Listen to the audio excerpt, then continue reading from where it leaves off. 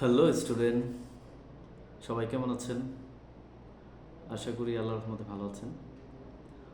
আজকে আপনাদের সামনে হাজির হয়েছি হিসাব বিজ্ঞানের একটা টপিক নিয়ে ছোট্ট করে আলোচনা করার জন্য। টপিকটি হচ্ছে, আমরা একাদশ শ্রেণী এবং অনার্স শ্রেণীতে এই টপিকটা পেয়ে থাকি। টপিকটি হচ্ছে, হিসাব বিজ্ঞানকে ব্যবসার ভাষা বলা হয় কেন? দেখো, পৃথিবীর সকল প্রাণীর নিজস্ব ভাষা আছে। যেমন আমাদের বাংলাদেশে আমরা বাংলায় কথা বলি, আবার অন্য দেশে যাদের ইংরেজি ভাষা, ইংরেজিতে কথা বলে, ভারতে হিন্দিতে কথা বলে, পাকিস্তানে উর্দুতে কথা বলে। এই যে ভাষাগুলো, এই ভাষাগুলো এক একটা অঞ্চল ভিত্তিক ভাষা। আবার আমাদের ভাষায় যে জীবজন্তুগুলো আছে, যেমন ধরো মুরগি, সে একটা ভাষায় কথা বলে, বিড়াল একটা ভাষায় কথা বলে, গরু, কুকুর, এরা আলাদা আলাদা ভাষায় কথা বলে। তার মানে হচ্ছে, সৃষ্টিকর্তা কর্তৃক প্রদত্ত প্রত্যেক প্রাণীরই কিন্তু নিজস্ব ভাষা আছে। তাহলে হিসাব বিজ্ঞানটা নতুন করে আবার ভাষার প্রয়োজন হলো কেন? আমরা যে শব্দগুলো বলি, আমাদের মনের ভাব যে প্রকাশ করি যে শব্দের মাধ্যমে, যে বাক্যের মাধ্যমে, এই শব্দগুলো কিন্তু ভাষা তৈরির একটা উপাদান। যে এক একটা শব্দ ভাষা তৈরির জন্য এক একটা উপাদান হিসেবে কাজ করে। হিসাব বিজ্ঞানেও এই ধরনের অনেকগুলো উপাদান আছে, যে উপাদানগুলো অন্য বিষয়ে নেই, যে উপাদানগুলোর মাধ্যমে আমরা হিসাব বিজ্ঞানের আমাদের যে হিসাবের যে ভাষা, সেটার বহিঃপ্রকাশ করি, এবং সেটা হিসাব বিজ্ঞানের মাধ্যমে।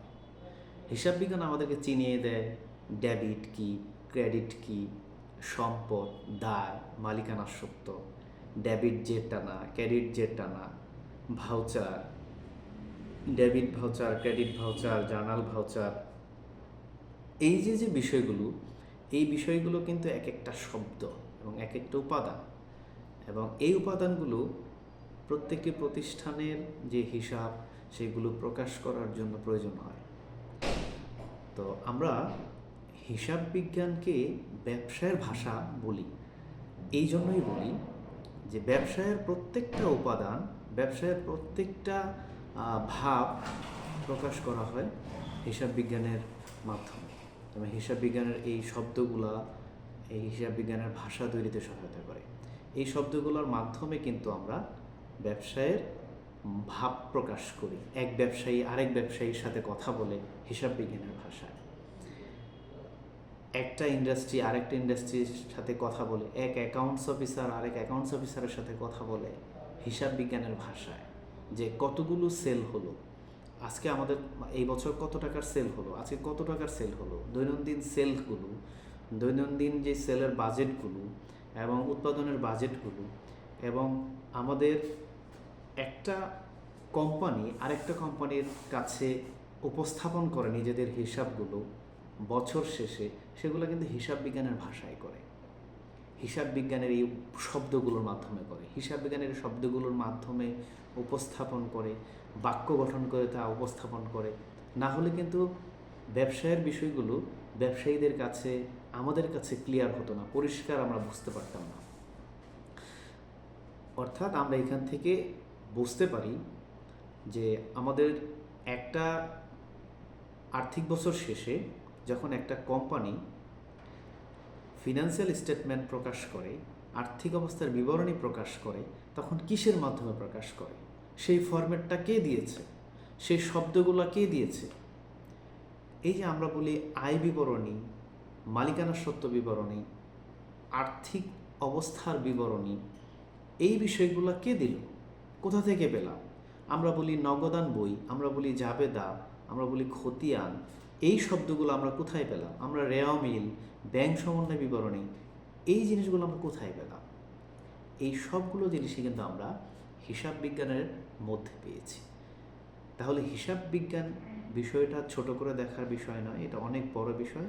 এখানে কিন্তু এই শব্দগুলো, এই বাক্যগুলো, এই ফরম্যাটগুলো দেওয়া আছে, যার মাধ্যমে আমি বছর শেষে আর্থিক অবস্থা বিবরণীটা সবার সামনে উপস্থাপন করি। আমরা দেখে থাকি বিভিন্ন ব্যাংক বছর শেষে বিভিন্ন বড় বড় নিউজ পত্রিকায় তাদের ফিনান্সিয়াল স্টেটমেন্ট প্রকাশ করে, তাদের ক্যাশ ফ্লো স্টেটমেন্ট প্রকাশ করে। এটা প্রকাশ করে তাদের স্টেক হোল্ডারদের জন্য, যারা ওই ব্যাংকে বিনিয়োগ করছে বা যারা বিভিন্ন কোম্পানিতে বিনিয়োগ করে, কোম্পানি তাদের হিসাবগুলো প্রকাশ করে। তো কেন প্রকাশ করে এবং কিভাবে প্রকাশ করে, এই হিসাব বিজ্ঞানের যে ফরম্যাট সেটার মাধ্যমে প্রকাশ করে, যাতে এই কোম্পানির প্রফিট দেখে আরও বিনিয়োগকারীরা এই কোম্পানিতে বিনিয়োগ করার জন্য আগ্রহ প্রকাশ করতে পারে। এই জন্যই কিন্তু হিসাব বিজ্ঞানকে মূলত ব্যবসায়ের ভাষা বলা হয়, কারণ হিসাব বিজ্ঞান ছাড়া ব্যবসায়ী কোম্পানি অফিসার কথা বলতে পারবে না। ওই জিনিসগুলো কথা বলতে পারবে হয়তো বা, কিন্তু সেটা বাংলা ভাষায় বললেও যতটা সুন্দর করে উপস্থাপন করা যাবে সেটা হিসাব বিজ্ঞানের মাধ্যমে উপস্থাপন করা সম্ভব। আশা করি তোমরা এই প্রশ্নটা আজকে পরিষ্কারভাবে বুঝতে পেরেছো যে কেন হিসাব বিজ্ঞানকে ব্যবসায়ের ভাষা বলা হয়। এইরকম আমরা কিছু আলোচনা আরও নিয়ে আসব তোমাদের সামনে। আশা করি তোমরা এই আলোচনাগুলো দেখবে এবং হিসাব বিজ্ঞানের যে জটিল বিষয়গুলো আছে এগুলো তোমাদের সামনে সুন্দর এবং সহজভাবে উপস্থাপন করতে পারবে। ধন্যবাদ সকলকে।